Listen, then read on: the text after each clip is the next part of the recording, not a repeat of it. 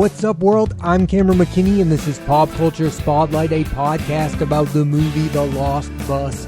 Here's a quick synopsis. Kevin McKay, a bus driver, is tasked with bringing 22 students to safety during a deadly fire. The film stars Matthew McConaughey, America Ferrera, Yulu Vasquez, and Ashley Atkinson. Standout performances. The career of Matthew McConaughey is one that I like to talk about a lot because, like his dazed and confused co-star Ben Affleck, it's filled with so many ups and downs. He's an actor that so many people have strong feelings about. He's a giant personality who's very good at controlling the narrative around him. I am someone who views him as a great actor. I know there are many people who view him as more of a celebrity. I would call McConaughey's performance in The Lost Bus different than the ones fans of his are used to seeing. I would classify most of the characters he plays to be energetic and cocky.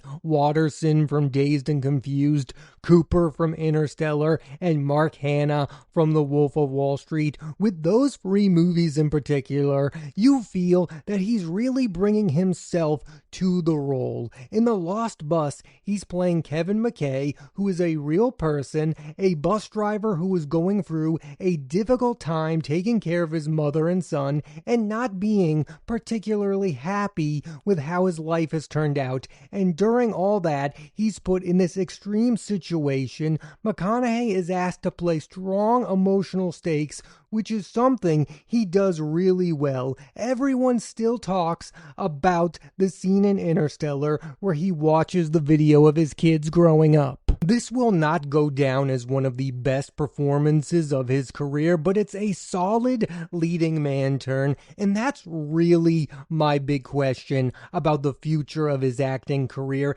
Can he sustain himself as a leading man, or is he going to be willing to take on supporting roles? I talked about this very thing last week with Mark Wahlberg. I would like to see Matthew McConaughey paired with more up-and-coming actors. What the actor has on the docket is the film The Rivals of Uzziah King with Kurt Russell and Cole Sprouse, and the television series Brother with longtime collaborator Woody Harrelson. I don't know if Matthew McConaughey is ever going to go on a great run like he did during the McConaissance ever again, but I truly do believe he still has great work on film left in him. And what I really liked about him being in The Lost Bus is it gave him an opportunity to work with a top-notch director in Paul Greengrass. I mean, that was what the McConaissance was built around. Matthew McConaughey working with great directors. William Friedkin, Christopher Nolan, Martin Scorsese, Jeff Nichols, Steven Soderbergh, Richard Linklater. And every time I talk about Matthew McConaughey, I have to mention that he is my absolute favorite part of Tropic Thunder. Yes, Ben Stiller is great in that. Yes, Robert Downey Jr. is fantastic. Tom Cruise is having a lot of fun. But Matthew McConaughey, in just a few minutes in that movie, steals the entire show. I, for a long time, knew who America Ferrera was as an actress, but it was her incredible 2023 that made me a fan, where she had not one, but two great supporting performances in Barbie, a movie seen by most people, and Dumb Money, which was underseen. She gave the best performance in both of those movies, and in my opinion, The Lost Bus hit its groove the minute she was on screen. I'm always impressed with people who can take over a movie in supporting roles, and she's proven she can do that. In The Lost Bus, she plays Mary Ludwig, a school teacher who is trying to keep the children calm during the fire. It's hard to quantify watching this movie if her and Matthew McConaughey have actual chemistry, because that's not the point of the movie, but I do think they make the absolute best out of what they are given. I also just like the dynamic of her playing a structured school teacher and him playing a loose cannon. Ferrera will next have a voice role in an animated adaptation of The Cat in the Hat. Ferrera Ferrera was one of the biggest reasons I seeked out The Lost Bus. I want to track the evolution of her film career. I just think she's making the right choices and playing the right parts. I find for a movie like The Lost Bus, based on real life events to be successful, it has to do a lot with who the director is. And for The Lost Bus, it's Paul Greengrass, best known for directing 3 of the Matt Damon-led Jason Bourne movies.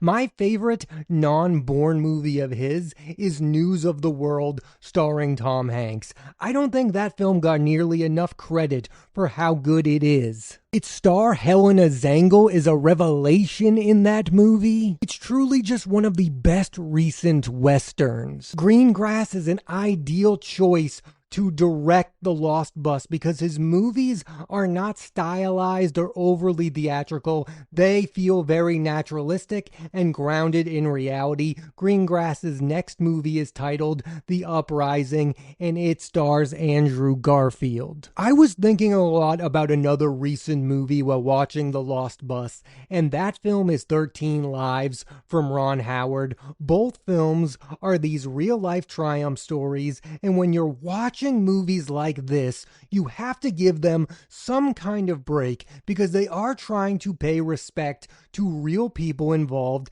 and make an entertaining film in the meantime. Both cases, a strength of the movie is the filmmaking, and probably the biggest compliment I can give the movie The Lost Bus is it's very immersive. It's the human element of this movie that's trickier because you have this lead, a real person who is going through a rough patch, and in some cases other versions of this movie would have overplayed the redemptive element of the story. One of the best scenes of the movie for me was when Kevin first hears that the school needs a driver. He desperately wants someone else to take the route because he wants to get back to his own personal life. In that way, I found the movie to be honest. This is a normal guy who stepped up in a big way. I guess what I'm getting at here is this feels like a movie that was made by people who care about this story. This wasn't made so that Matthew McConaughey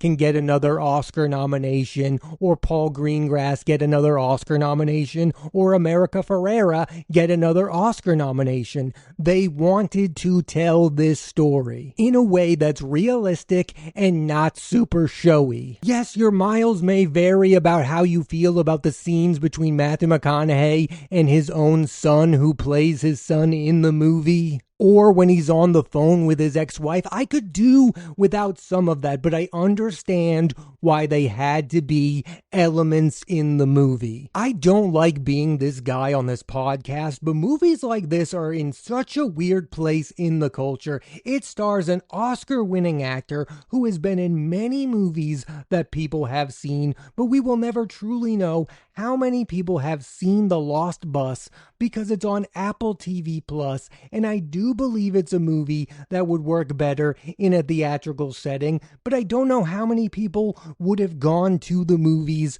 to see it. We really have gotten rid of the middle ground when it comes to movies. Like, if this had come out in 2010, it would have made what, $30 to $50 million, and then we'd get on with our day. But now a movie, even if it doesn't cost $100 million, isn't very successful at the box office. I mean, I hear people talking about the new film from The Rock, The Smashing Machine, and how it's doing very badly at the box office. And that's why a movie like this probably shouldn't be in movie theaters, because if it was in movie theaters, all we would be talking about is how much money it's not making, and we wouldn't be talking about the movie itself. At least when it's on Apple TV Plus, the talk surrounding it is about the quality of the movie. I mean, take One Battle After Another. It's some people's best movie of 2025,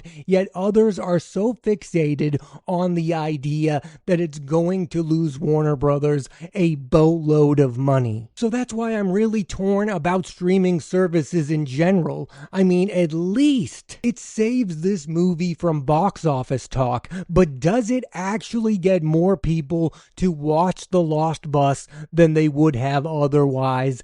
I don't know the answer to that. What I do know is no actor, no matter how big of a movie star they are safe from starring in a streaming movie. This is the first I can think of that stars Matthew McConaughey. All of his other movies were theatrically released. Oscar chances. I'm only talking about Oscars because this movie is directed by a filmmaker who has been nominated in the past and stars an Oscar winner and an Oscar nominee. Now, do I think this movie is going to get an Oscar nomination for any of those three individuals? No, I do not. But again, I go back to this idea that was not the point of this movie for either of them. This is not a showy Matthew McConaughey, all right type of performance. It's a movie about telling an inspirational, feel-good story. Now, in the case of Paul Greengrass, I could fully understand somebody saying that this is one of the best directed films of 2025, because you do have to be a master of your craft to make a movie like this. I was thinking the exact same thing when it came to Ron Howard and 13 Lives. Like, man, he did not get nearly enough credit for how he made that movie feel real. Studio executives should watch this movie and think to themselves, man, we should be giving Paul Greengrass a lot of money to make big studio movies. Getting back to the Oscars for a minute, I just don't think nowadays a movie like this plays at the Academy Awards. I mean, it's simple. It doesn't have heady themes. It is just telling you what actually happened in real life in an honest way. And I keep going back to that word honest because I even look at the dialogue of this movie. If they wanted this movie to be an Oscar-nominated film, it would have had sharper dialogue that would not have felt realistic. You all know what I'm talking about. Aaron Sorkin is the master of turning real-life events into massively entertaining movies with great dialogue. And The Lost Bus is just not interested in that whatsoever. Which is weird because on one hand, the movie is emotional, but it's not manipulative. The only moments I really felt like it was when Matthew McConaughey's character was interacting with the children on the bus, and that's unavoidable in a movie like this because that's actually what happened. This man was a bus driver of 22 young kids. So yeah, while you're watching it, you can roll your eyes and say, wow, this really feels like a movie moment. But guess what? This is probably what happened in real life. He had to hold their hands in a way emotionally for them to get through this moment. But that gets me back to why Matthew McConaughey is the perfect actor to star in a movie like this, because he can still sell you that moment like it would happen in real life, because it did happen in real life, but he still makes the moment feel real. I was just impressed by the fact that Matthew McConaughey wanted to give a more subtle performance than the ones he's given in Dallas Buyers Club or True Detective. I mean, those are great, but he was really going for it in those two projects. In The Lost Bus, he really tones it down, even though he's playing a character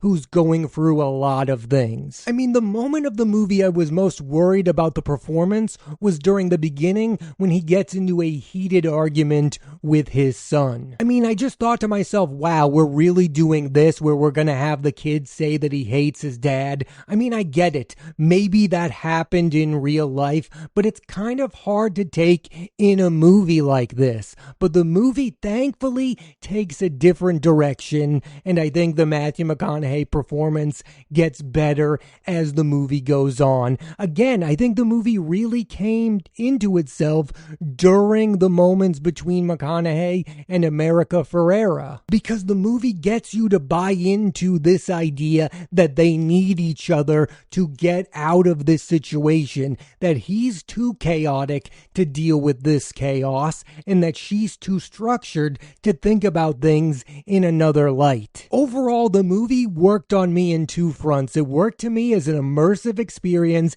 and it worked with me on a human emotional level. And I do believe it's important for movies like The Lost Bus to exist about a real world event. I get using movies for escapism, but from time to time, they should reflect real life. The Lost Bus is not going to go down as one of my favorites of the year, but it's more than an honorable effort and deserves to be seen by as many people as possible. I do believe what we got here is the best possible version of this movie. Again, there are versions of this movie that would have been more theatrical with the dialogue and the raising of the stakes, and that version of the movie would have felt like a huge Oscar play, and maybe that would have worked out. But I much prefer the straightforwardness you get from this movie. Everyone involved knows what they're doing. Paul Greengrass is doing impressive directorial work here, but he's not doing look at what I'm doing type of stuff. I do have a prediction after seeing this movie, a couple predictions. One of them is that I do think that Matthew McConaughey is about to go on a run of making really good movies. Now, like I said earlier, I don't know if it's going to be McConaughey's big, but I do think it's coming because I think he's clearly interested in making good movies again, where he's hopefully paired with actors as good as America Ferrera. Here are some I would love to see Matthew McConaughey work with. I need to see a movie with Matthew McConaughey and Jeremy Allen White. As for writer-directors I want to see Matthew McConaughey work with, I mean, this is a guy who kind of got big playing a lawyer in both A Time to Kill and The Amistad. Can I please get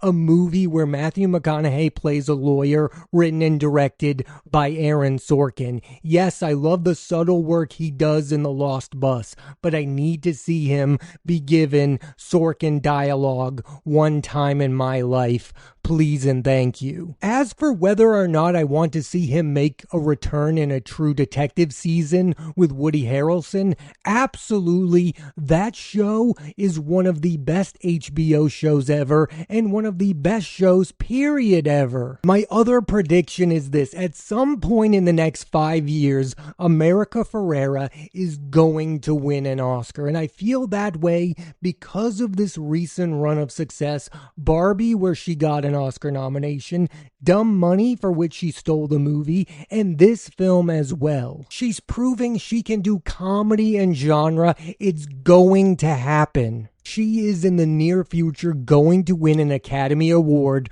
for Best Supporting Actress. Ending on Paul Greengrass, I am really interested to see where he takes his career from here. Is he going to continue to make movies like The Lost Bus based in the real world, or is he going to go back to tackling bigger, larger studio movies like Bourne? I just view him as a director you want to see major movie stars work with. Look at the work he's gotten out of Matt Damon, Tom Hanks. I'm really excited to see what he gets out of Andrew Garfield. He's not a household name. You probably only know him if you watch a lot of movies, but his career resume is beyond impressive. And I do like the fact that his career choices are not obvious. I mean, News of the World felt like a very different kind of Paul Greengrass movie, and so does The Lost Bus. I know that there are people that love directors who have specific styles, and I'm with you.